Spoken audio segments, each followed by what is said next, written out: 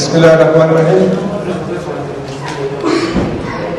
درنو عزتمندو ښاغلیو وطنوالو، د زړه له کومې سلامونه ورته ډېر خوشحاله یم چې نن ستاسو خدمت لپاره د کمیسیون د لومړي پړاو څخه تېرېږم. زه د خپل هیواد هغو خلکو ته ځانګړي سلامونه وړاندې کوم چې د دې نظام د وجې به کړېدلې وي، ستړي به وي، ربړېدلې به وي، او هغه خویندو میندو ځوانانو ته بیا ځانګړي سلامونه وړاندې کوم چې دوی به هم د دې نظام نه ستړي وي. زه نن ښاغلو هیوادوالو تاسو ته دا زیری لرم چې زما شعار دی د غربت، جهالت او فساد سره جهاد.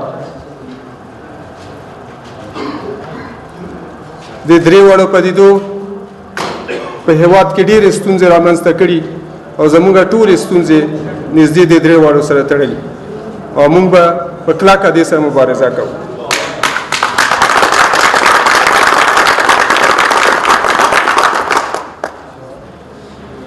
قدرمنو هیوادوالو او زما مینهوالو، زه تاسو څخه ډېره زیاته مننه کوم چې تاسو په ډېر لنډ وخت کې زما دپاره د تاییدۍ فورمې خپلې کلې او بانډونه را ډکې کړې. زه ستاسو او زما ملګري ستاسو ډېره مننه کوي. همدارنګه زه د کمیسیون د درنو غړو څخه ډېره مننه کوم چې تر دې ناوخته پورې زموږ سره همکاري وکړه او تر دې ناوخته کار کوي. همدارنګه د میډیا ورونو څخه هم ډېره مننه کوم چې دوی خپل تکلیف وباسي او زموږ غږ هیوادوالو ته رسوي. ښاغلو هیوادوالو، د هیواد حالت تاسو ته معلوم دی. موږ په دې وخت کې د یو ډېر نازک حالت نه تېرېږو. د تېرو 13 کلو ستونزې زه بحث پې کول نه غواړم، ستاسو ټولو ته څرګندې دي. موږ ډېری هغه پړاوونه چې د جګړو، ناخوالو، عبوري حکومتونو، داسې چارواکو چې په نظام باندې منګولې خښې کړي وي او بل چاته حق نه ورکوي، د هغو وجود د تېرو 13 کلو نه په مختلفو حکومتونو کې تر ننه را روان دی. زه تاسو نه یوه هیله لرم او هغه هیله زما دغه ده چې تاسو د ځان دپاره، د خدای دپاره او د دې هیواد دپاره یو داسې لاره غوره کړئ، یو داسې څوک وټاکئ چې تاسو پوهیږئ چې هغه دې هیواد ته خوشبختي راوړی شي. هغه داسې ژمنې کوي، داسې څرګندونې کوي د هغه تیر ژوند او د هغه نن او د هغه سبا نه تاسو مطمئن وئ چې هغه تاسو ته تاوان نه رسوي. د دغه کار دپاره زه درنه هیله کوم چې تاسو که د خپل ژوند قیمتي 9 ساعته د هیواد دپاره ولګوئ او هغه 9 ساعته 3 ساعته تاسو کارډ واخلئ د رایه ورکولو لپاره، 3 ساعته هغه چاته رایه ورکئ چې هغه تاسو فکر کوئ چې ستاسو د دردونو دوا به وي. خو کله چې رایه ورکوئ په اشخاصو، په کورنیو، په زړو قومي قیسو پسې مه ګرځئ. وګورئ چې تاسو ته څوک داسې پروګرام وړاندې کوي، څوک داسې ژمنې کوي چې په هغې کې تاسو خپل ځان وینئ.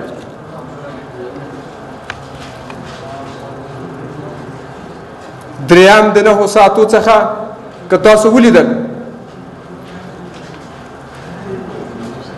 چې تاسو چاته رایه ورکړې وه او هغه د حکومت په چارو نه وګمارل شوی، نو زما هیله ده چې تاسو راووځئ او بیا په خپلو کلو، بانډو، په هر ځای کې چې تاسو رایه ورکړې ده راوځئ ووایئ چې مونږ ښاغلی چې ته په دې حکومت ناست یې مونږ تاسو ته رایه نه ده درکړې. دا به زمونږ د ولسواکۍ په بهیر کې مونږ او تاسو ټولو سره مرسته وکړي.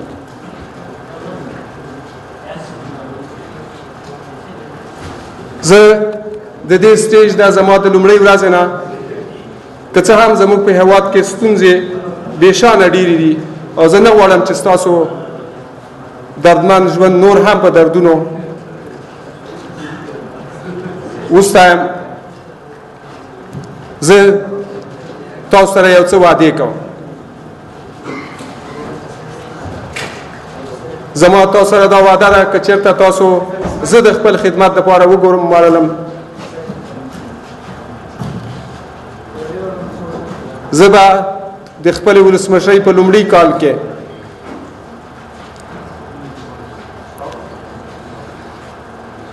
هېوادوالو ته د کور او د کار دپاره د ځمکې برابرولو هڅه ډېره زیاته ګړندۍ کړم.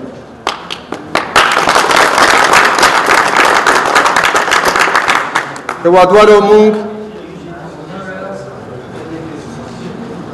د نړۍ هغه هېواد یو چې د لسو نه تر شلو کسانو پورې په 1 کیلومتر مربع کې اوسېږو، خو د ځینو نااهلو چارواکو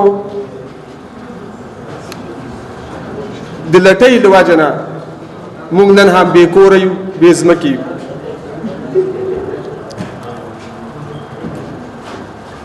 زما د ولسمشرۍ په 2م کال زه ټولو هېوادوالو سره دا وعده کوم چې زه او زما ملګري او زما ټیم به دومره کارونه منځته راوړي چې بېروزګاري له منځه یوسي.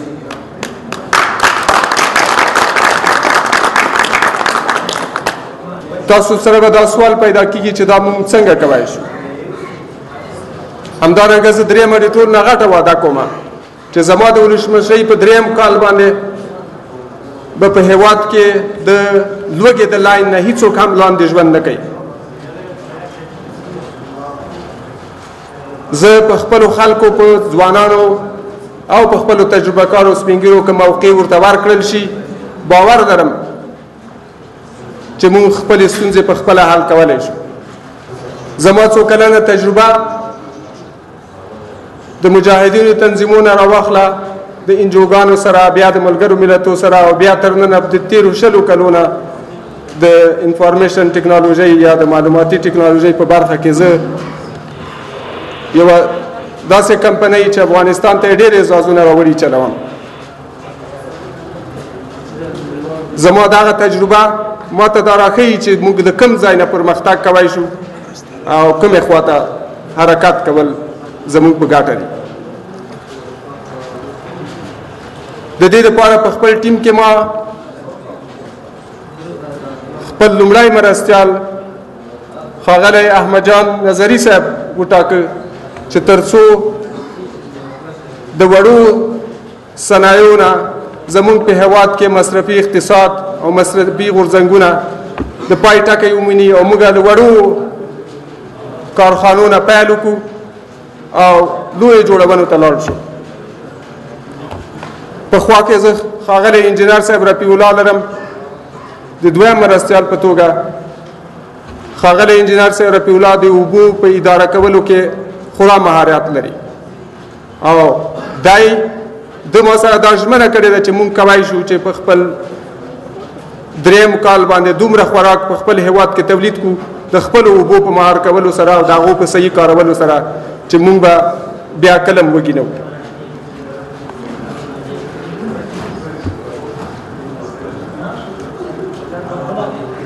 ښاغلو مونږ ټولو نړیوالو سره په 2 اړخیزو ګټو او په 2 اړخیزو درناویو باور لرو او دا به زموږ تګلاره وي.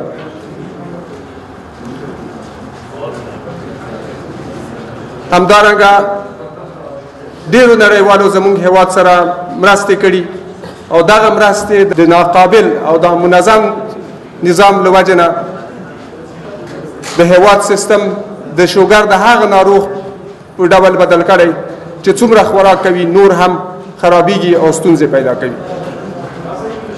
مونږ به دغو مرستو دپاره او ورسره په خپل هیواد کې د خپل ځان د مرستې کولو غورځنګ پیلوو.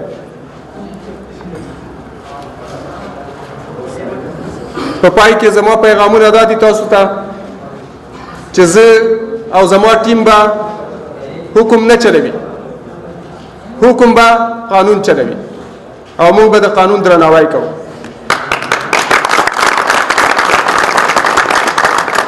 موږ به داسې نه کوو چې قانون جوړ کړو بیا په خپله قانون ماتونکي وو، لکه چې په تېر څو لسیزو کې دلته حکومتونو ترسره کړي.